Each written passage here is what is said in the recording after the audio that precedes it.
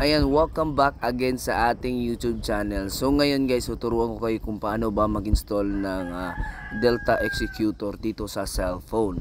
So ang unang-unang yung gagawin is pumunta kayo sa cellphone nyo, and then kailangan po natin i-delete yung existing natin na Roblox app. So ayan, katulad sa akin. So ilulong press ko lang yan, and then i-uninstall ko, then okay.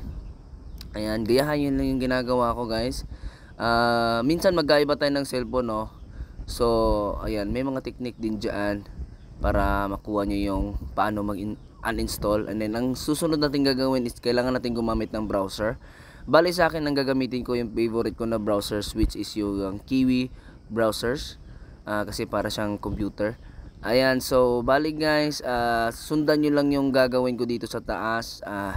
Ilalagay ko is Delta, then parang may dash executor, ayan, .com.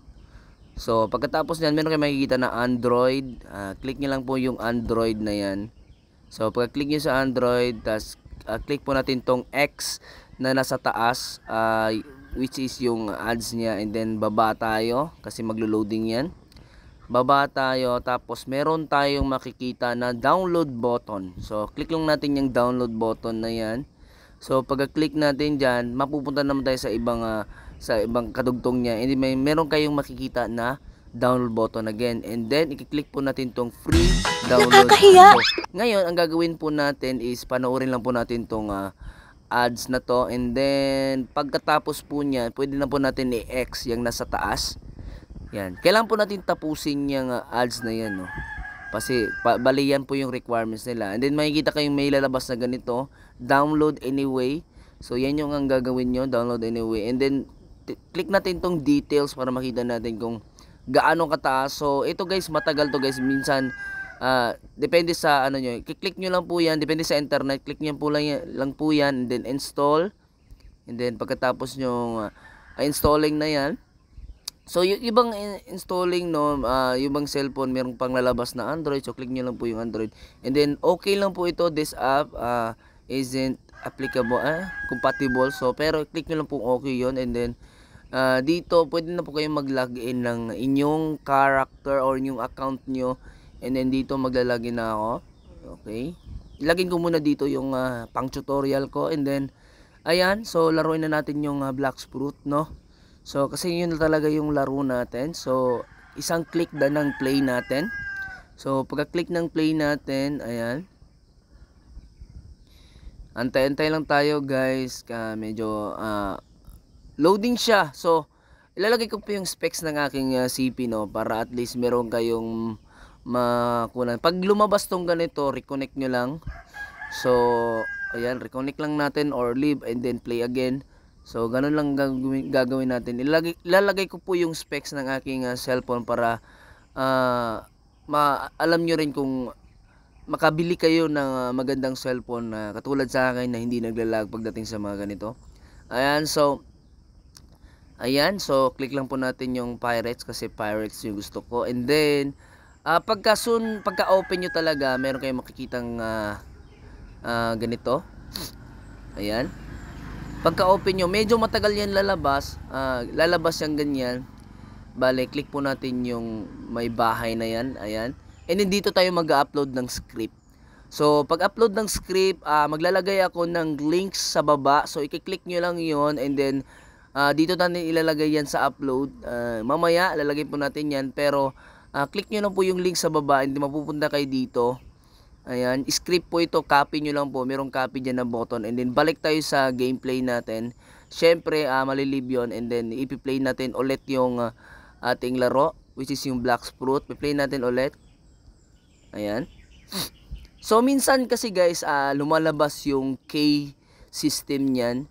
Bali sa akin hindi lumabas dito, pero pag lumabas, comment down below kasi tuturuan ko kayo kung paano kunin yung K system nyan. So ayan guys. Ayan, so click nyo lang po yung may ninja na yan, then yung may bahay, and then upload. Lagay po natin dito Reds. Bali guys, itong script na ginagamit ko ngayon, nilalagay ko rin to sa description. And then i-paste nyo lang yung kinapin nyo kanina, and then add script. Meron kayong makikita na execute dito sa gilid. Ayan, click lang po natin yung execute na yan. And then lalabas na po yung script natin. Pwede na po tayong mag auto farm. Ayan. So dito sa farm, no, pwede na i-click yung auto farm level. So pag ni-click ko yung auto farm level, kung saan na yung lilipad, kung saan siya magpapa-level. Kung makikita nyo dito, 245. So bale, pinakita ko lang sa inyo kung paano gamitin, no. Pero magchi-change account ako kasi ayaw ko tong ipa-level tong account na to kasi pang tutorial ko to. So ayan, magchi-change account ako, guys. So ito, guys, nag-change account na ako. So ang gamit ko dito is yung sa asawa ko. Ayan.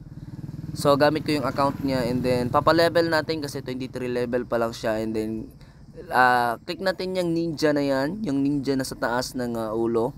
Ayan. Kiklik lang po natin yan. So makikita nyo dito, 23 pa yung level, no.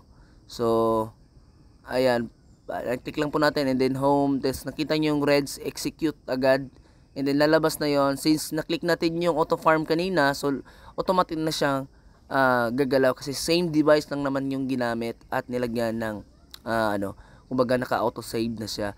So ayan, guys, lilipad na yan siya kung saan siya magpapa-level, no. So sa mga pagka-open nyo dito ng Delta Executor, minsan kasi nangihingi siya ng key. So bali sa akin kasi ngayon hindi siya nanghingi. So kung nahingian kayo ng key, comment down below kasi gagawa din ako ng another tutorial niyan. So ayan. Bali, guys, ito, guys, automatic na siyang kukuha ng quiz, and then automatic na siyang pupunta sa kalaban, and then susuntok siya. Makikita nyo, ayan. Ayan. So kung hindi available yung yung king, kukuha siya ng another quiz. So ayan, guys, pwede kayong mag-comment kung ano yung mga gusto nyo pang script, ano yung gusto nyo ipalagay. Meron din tayong ito yung pinaka the best na auto farm script, which is yung reds. Meron din tayong the best for auto raid. Meron din the best for script meron tayong the best for fruit mastery. Meron din tayo niyan low yung low raid, meron din tayo niyan. The best for getting legendary sword, meron din tayo niyan. So ayan, guys, comment down below kung ano yung mga gusto nyong magawa sa inyong character, no. So ayan, guys, pwede rin tayong mag-add dito ng ating mga stats, no.